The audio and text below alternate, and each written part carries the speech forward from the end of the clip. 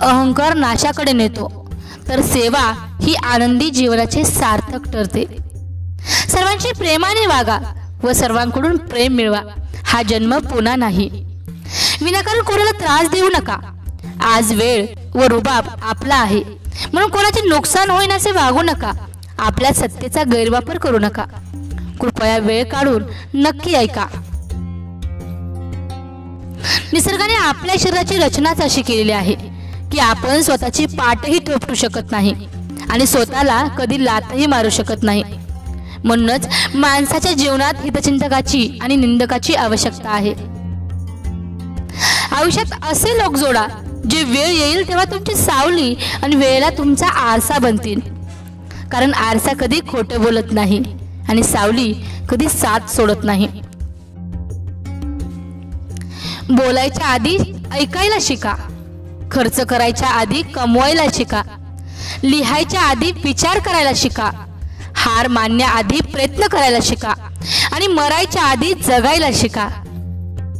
जीवनात एवढ्याही चुका करू नका की पेन्सिलच अगोदर संपून जाईल आणि रबराला एवढाही वापरू नका की जीवनाच्या अगोदर कागदच फाटून जाईल।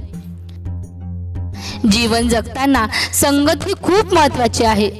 आपलं वय व पैसा यांच्यावर कधीच गर्व करू नये, कारण ज्या गोष्टी मोजल्या जातात त्या नक्की संपतात। मृत्यूनंतरचं हेच कटू सत्य।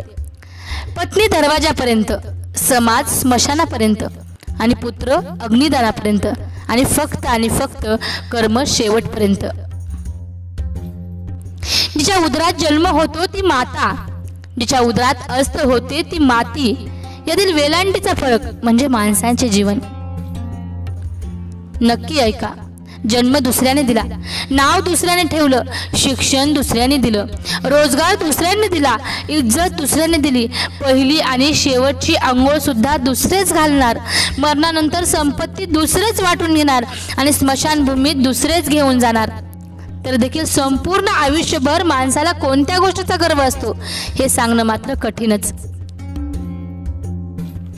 दुःख इतकं नशीबवान आहे की ज्याला प्राप्त करून लोक आपल्या माणसांना आठवतात।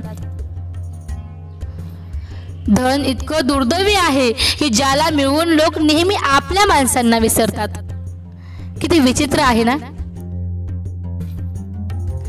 माणसाच्या शरीरात 70% पाणी आहे, पण जखम झाली की रक्त येतं आणि माणसाचे हृदय रक्ताचे बनलेले असून हृदय दुखावलं की डोळ्यातून पाणी येतं। चांगले मेसेज नेहमी जास्तीत जास्त शेअर करा, मनाला खूप वेगळा आनंद मिळेल। खूपच सुंदर लेख आहे, त्यामुळे मी तो तुमच्यापर्यंत पाठवला। तुम्ही इतर ग्रुपवर सेंड करा। पूर्ण ऐकल्याबद्दल धन्यवाद।